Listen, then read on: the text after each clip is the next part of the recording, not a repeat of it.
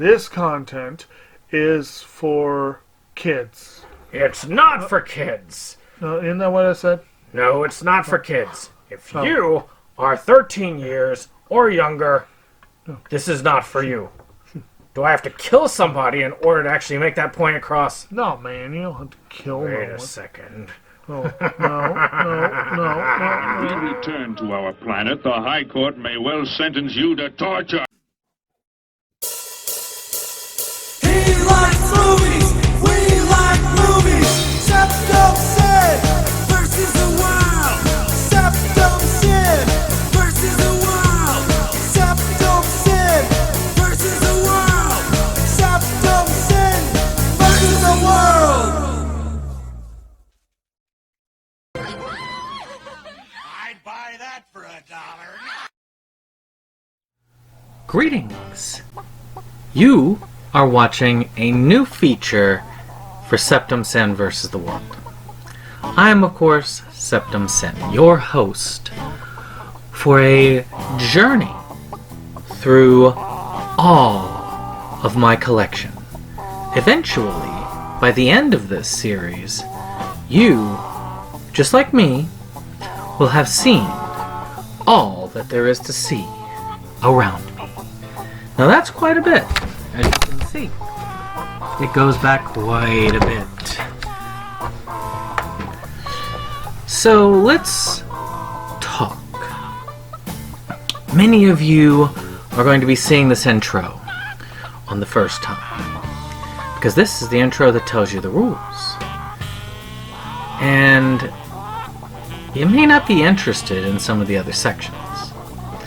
So we're going to start by talking about how this project is going to be presented. I'm going to present this in 4 sections. Those 4 sections are what I have my collection divided into: Criterion, TV, anime, and movies. Furthermore, I'm only going to cover one particular zone in each. You see, there are 3 ways that I actually look at when it comes to sorting. 1, used and unwatched, meaning I've gotten these things used and I have not watched them. These are very few and far between. New and unwatched, there's a lot of those in my collection. You can see quite a number of them up there behind me. And then finally, watched. Now it doesn't mean that I have not seen the items in the section that is unwatched or new. It's just I haven't watched my copy. And to me, it's not officially in my collection until I have watched my copy to make sure it works. Because of that, I'm going to be taking 10 items each video and talking a little bit about each one and what it means to me, why it's in my collection, if I can recall, and how I feel in general. I hope you can join me in this journey together. I will see you for the first episode. Which one? That's up to you, dear viewer. Greetings! You're watching Septum Sin vs. the World. I'm Septum Sin, and I'm here to take you through another stroll. This time, it's a movie stroll. This is the last of the Stroll videos. Well, the last of the part 1s. So, for those of you tired of my little intro, there you go. Now, I'm going to be adding an extra. This one's not guaranteed to be filmed every week, and because of such, you'll have to check it out. That is going to be debuting Saturday. I just need one more series, and then I'll have one for every day of the week, right? Well, we'll see. Alright, so why don't we go ahead and get started. I have, of course, as this title goes, it's the first 10, and we're going to start off with Batteries Not Included. I love this film. Essentially, Batteries Not Included is about this older couple and their fellow apartment mates in this old apartment building. But these bad guys from an evil corporation, it seems evil corporations, it's a big theme anyway, they want to tear it down because they want to build this office park or whatnot. So they're trying to, use bad tactics to scare the people out. Unbeknownst to them, these weird little aliens, they look like spaceships. Like, we're going to show these things here. They decide to set up shop over there at that apartment. And hijinks ensues. I really feel like this was a great one. Had some wonderful performances by the actors in it. Let's see here. Jessica Tandy especially. I really loved her work there, and amazing actress. So if you haven't gotten it, definitely I would recommend that one. All right, next up, 999 or 999. So this is a stop motion. Oh wait, you know what? I forgot to go. Let me give you these real quick. Special features, production notes, cast and filmmakers' bios, film highlights, and theatrical trailer. I would love to get some more special features on that one. Maybe there's a Blu-ray out there or something that would be a good release of it. But this one here is claymation, and we have David Peck, an unemployed 28-year-old with no goals or aspirations, finds an ad for a book promising the meaning of life for only $9.99. Title. Wishing to share his discovery, his path crosses with those of unusual neighbors who, in their own bizarre ways, are all on their own search for hope and redemption. True enough. There are definitely different aspects to this film. It's very well written. It was nominated for 2 Annies. Does have some bonus features, Crazy Glue and A Buck's Worth. Those 2 short films, they're fun short films. They were enjoyable. Also claymation.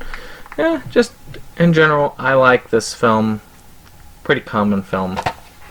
Good to see. Next up, 500 Days of Summer. Yes. Let's put this up back here. I haven't shown any disc art, and I should. Batteries Not Included. Not much for the disc art on that one. 999. It's got some disc art. It's got a little bit of some advertising in it. Look at this. E1 Entertainment. Yeah, that's kind of cool. You got your various ones in here. I think I might have a couple of these. Let's see. Do I have any of these? Maybe not. You'd think I would. I have enough films. It's amazing, even when you have a big film collection, how much you don't have when it comes to... really. It's just kind of cool looking at these old ones. Well, I do have that, Departures, which is kind of out of print. Alright, back to 500 Days of Summer. Of course, that's the back. Got ourselves a nice... a fairly decent disc art there, and got a nice thing here. Of course, this advertising for the soundtrack. Let's see right here. For I've got advertising for Whip It. And it tells you about interacting with the movie. There's some stuff on there that I probably shouldn't show because it has some codes. But this is a quirky romantic comedy about love and faith of a young greeting card writer. Joseph Gordon-Levitt is hopefully helplessly searching for a girl of his dreams. And his new co-worker, Summer Finn, played by Zoe Deschanel, may just be the one. But the 500 days of their offbeat relationship reveal, in no particular order, that the road to happiness can be unpredictable, uncontrollable, and unbelievably funny. Yeah. Alright, moving on. Now we got a Blu-ray, which is the Aladdin 2-movie sequel collection, which is kind of cool. I like that disc art there. It has basically Aladdin, The Return of Jafar, and Aladdin, the King of Thieves, which of course is the same art there.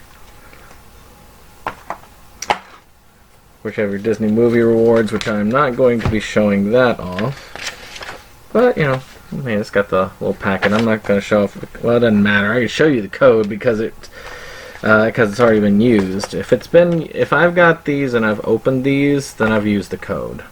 But you know, Disney didn't do much for their disc art in this one. I actually really liked these films. I mean, the first one, Return of Jafar, is probably the lower of the two quality-wise, but the one I enjoy the most. Essentially, if you get to the end of Aladdin, spoilers, you know, Jafar ends up becoming the genie and trapped in the lamp. So it kind of continues on that with Jafar, the genie, being the villain. And it was pretty good. I enjoyed it. The guy who plays the genie does a good job of mimicking Robin Williams' performance. Enough if you try not to listen for it, you should be okay. The Aladdin King of Thieves is more of a family thing where where Aladdin finds out about his father and finds his father, and then they try and do this bonding thing. It's kind of cool. I really enjoy it. And of course Robin Williams reprises the genie during that role. So it's kind of cool. Let's see here. What kind of special features do we have? Includes Disney song selection. Woo! So much. Disney's usually pretty good about theirs, but I guess they didn't feel like putting in a lot for that particular one. So next one's 2 movies again, which is the 2-movie fun pack, which is why it's in the thing. It's the same thing with this. You know, it says 2. That's how I actually alphabetize it in my particular section. So the 2-movie fun pack for Mr. Bean's, the movie, and Mr. Bean's Holiday. My father actually really likes Mr. Bean in the movie. Let's see, disc art here. Not much to be had. So let's start with Mr. Bean.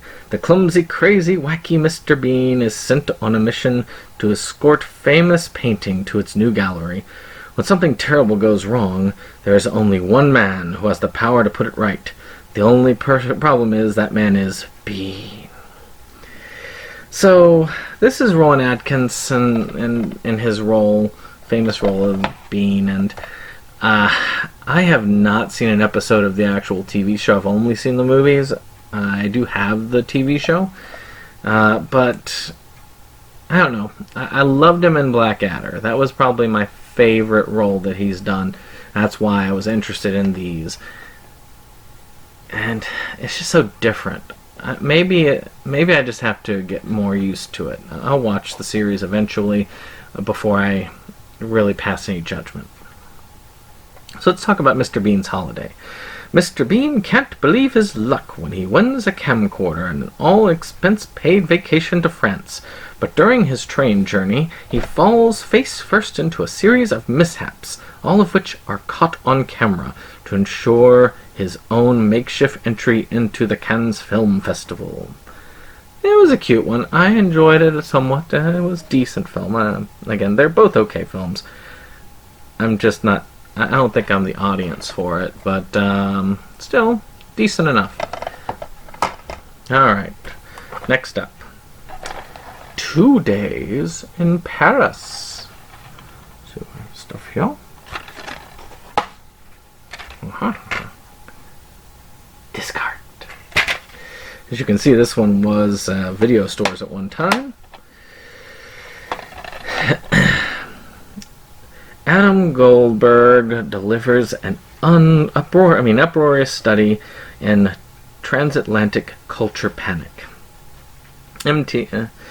As Jack, an anxious hypochondriac-prone New Yorker, vacationing throughout Europe with his breezy, free-spirited Parisian girlfriend, Marion. But when they make a 2-day stop in Marion's hometown, the couple's romantic trip takes a turn as Jack is exposed to Marion's sexually perverse and emotionally unstable family.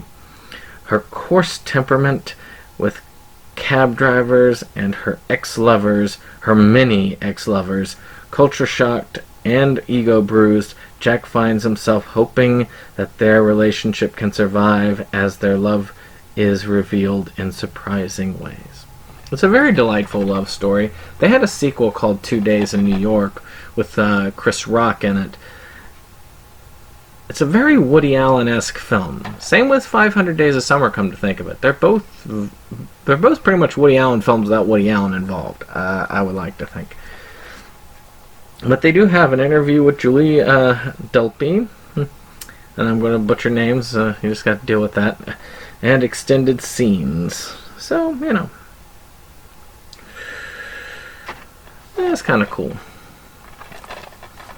It was a good movie. I enjoyed it. Alright. You're going to see a lot of these 2, 4, whatever movie collections as we go through these first few parts. Wait till we get to D's and we get to double features. Alright, so the next 2 movie collection is a Robin Williams collection with Good Morning Vietnam and Dead Poets Society. I should probably get a better copy of Dead Poets Society. It really is a good film. This one's one of these little snap case things. You open it up, and of course you can see the Dead Poets Society. I like that disc art. Not as much for this. Very minimalist on that one. But of course you have your scenes for the insert. So look at that there. Alright. So, let's start with Good Morning Vietnam. Maybe I don't need some big... Well, maybe for Dead Poets Society. When the U.S. Army engages in irrelevant, nonconformist radio... well, actually, I'm just going to go on. Basically, Ron Williams plays this Army DJ during the Vietnam War. And it's actually quite interesting. I mean, he uses a lot of upbeat humor and so on in order to try and keep people's spirits high. And it was inspired by an actual real case. So, again, it's a really cool movie. It's really enjoyable. I think this is probably one of his better films. He does some really amazing work. Robin Williams was such a great actor. I'm sorry for his loss. So let's talk about special features. We have the production diary, how the movie came to be, actor improv, music of the movie, origins of Good Morning Vietnam, sign on, shooting in Thailand, an overview of the film a year later. We have raw monologues, original theatrical trailer, original theatrical teaser trailer. And that's the whole of there. They also have a French language track if you want to watch this in French. So Dead Poets Society, another classic, but a very dark film. Essentially, you have these kids in a private school, and Robin Williams is their teacher. He inspires many of them to be themselves and to understand who they are as individuals instead of conforming necessarily to society as it is. Wonderful film, beautiful job, amazing acting portrayal. I am surprised. I think. Well, he did not get the Academy Award for it. Not even the nomination for it, which is sad, really, because it's an amazing movie. Maybe for the next list, he should be on it. So, specifications are the only things that we have special features on there, and that French language track again, which is one reason why I should probably find a better version of Dead Poets Society. I'm sure I could find a single version of this without too much trouble with the same special features. But this, I mean, it has none, which is sad. I mean, it really is sad. Alright, next film. I showed this already on my Criterion, but now we have Russell Crowe's 3:10 to Yuma.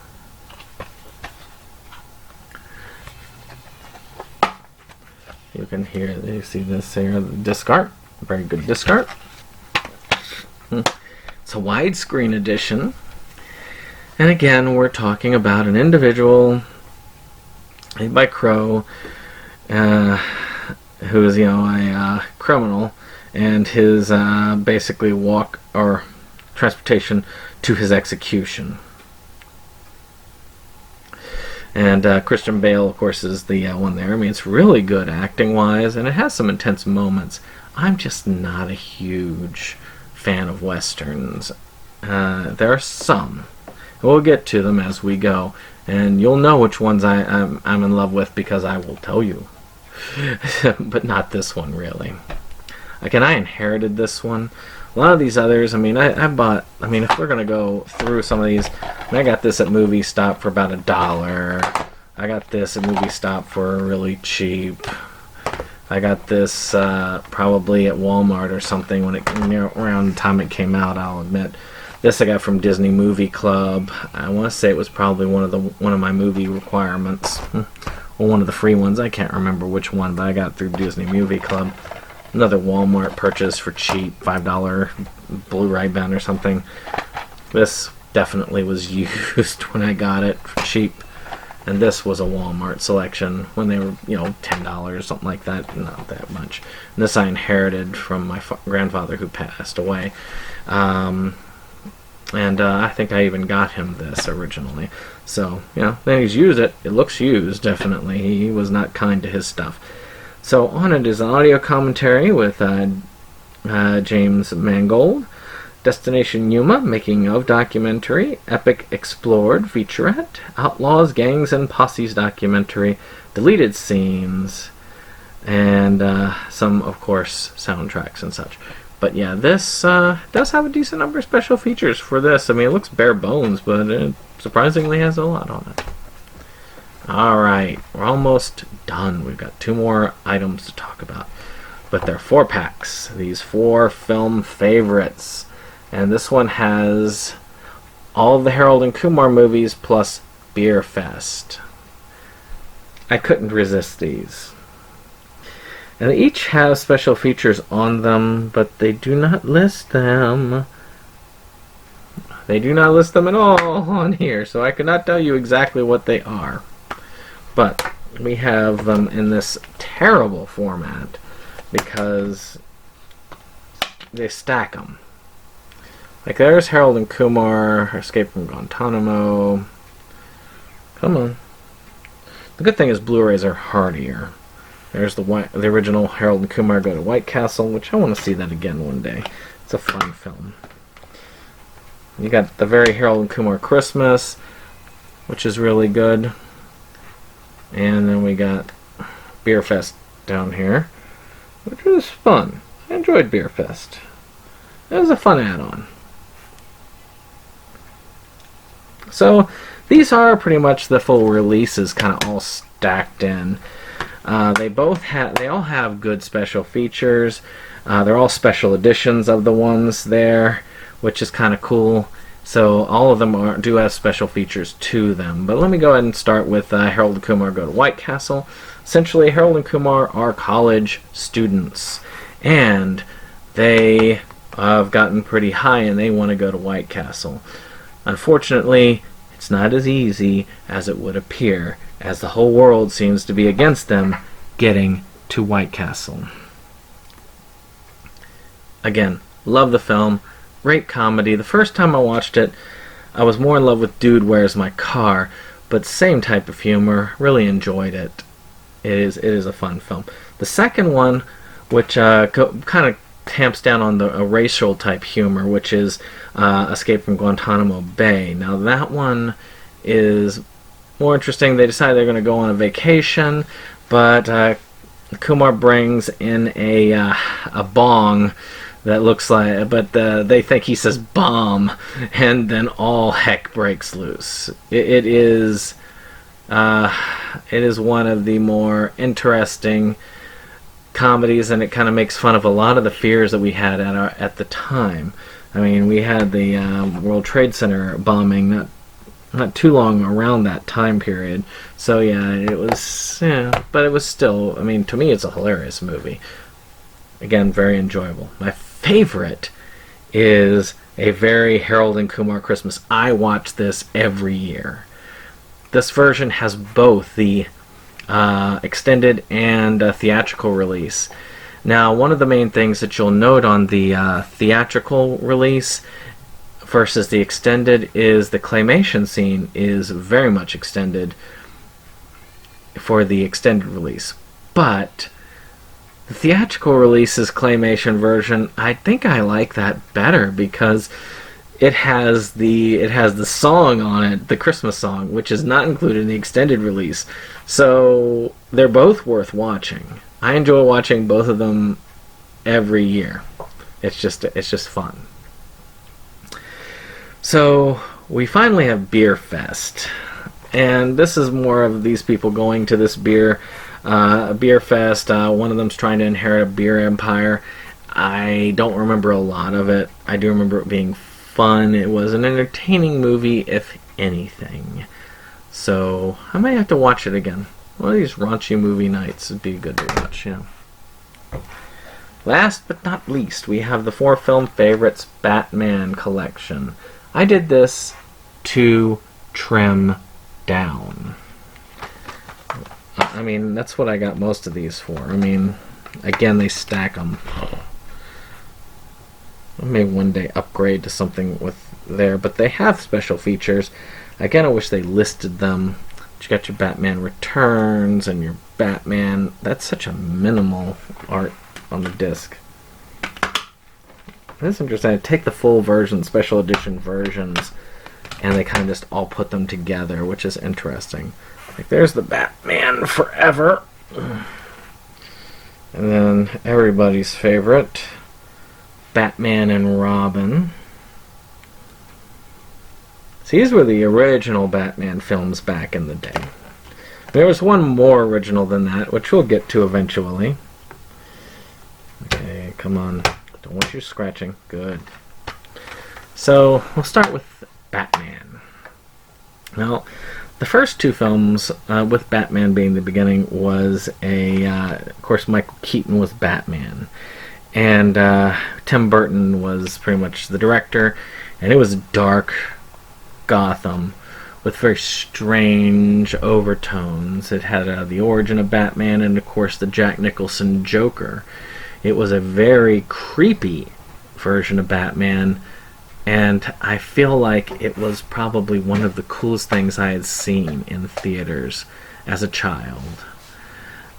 That scene where the Joker gasses everybody at the parade, oh my gosh, that freaked me out. It was a very cool rendition. I love Keaton's Batman. And Jack Nicholson's Joker is my favorite Joker other than the Mark Hamill one. Batman Returns, we see Tim Burton and Michael Keaton kind of come back with Batman, but this time Danny DeVito plays the Penguin. I'm not sure I like this take on Penguin. I always thought of the Penguin as overly refined with just an edge of craziness at the back of his mind. He's always been the more civilized Batman villain. Even in some cases, he's operating legit businesses with only mild criminal overtones, and so he's not really locked away for a lot of it. Now, it also has Michelle Pfeiffer as Catwoman, and this is a very famous version of Catwoman. the overly sexualized version of her. It is kind of silly for Tim Burton Batman, but it's extremely memorable. And I still say they all did excellent jobs with it. Costume design was great. All the scenes were well done. I mean, art-wise, you can't get better than Tim Burton. So then we kind of slip with Val Kilmer being Batman in Batman Forever. This time we have Tommy Lee Jones as Two-Face and Jim Carrey as the Riddler.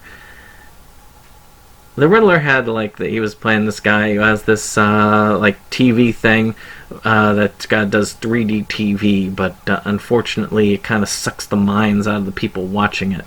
So eventually he decides, I'm going to try and hook it up to all the TVs, and I'm going to be the smartest person in the world by getting all of their knowledge. Harvey Dent Two-Face, and really Tommy Lee Jones plays it. He really plays it a lot like the old 60s Batman plays it. He just doesn't come across right. Two-Face could be done so much better than they did. And Jim Carrey is not bad as the Riddler. I feel like, done again, I feel like if Jim Carrey was the Riddler again, that it would be perfect at that point. But they kind of wanted that Ace Ventura style. And that's what they got. It was an okay film. Which is more than I can say for Batman and Robin. So many people in this. But, we got George Clooney, Chris O'Donnell, Arnold Schwarzenegger, Uma Thurman, and Alicia Silverstone. You had so much. I mean, you had Chris O'Donnell in Batman Forever as the first appearance of Robin, and he continued that. But Batman and Robin, I felt like they were really legit trying to go for 60s Batman. I mean, he had his own Bat credit card. He was a parody. All of it was a parody of the reality. It has to be seen to be believed. You really and truly. If you haven't seen it, you owe it to yourself to at least watch it once. Just because. And it really is sad, because I think George Clooney would have made a very good Batman at the end.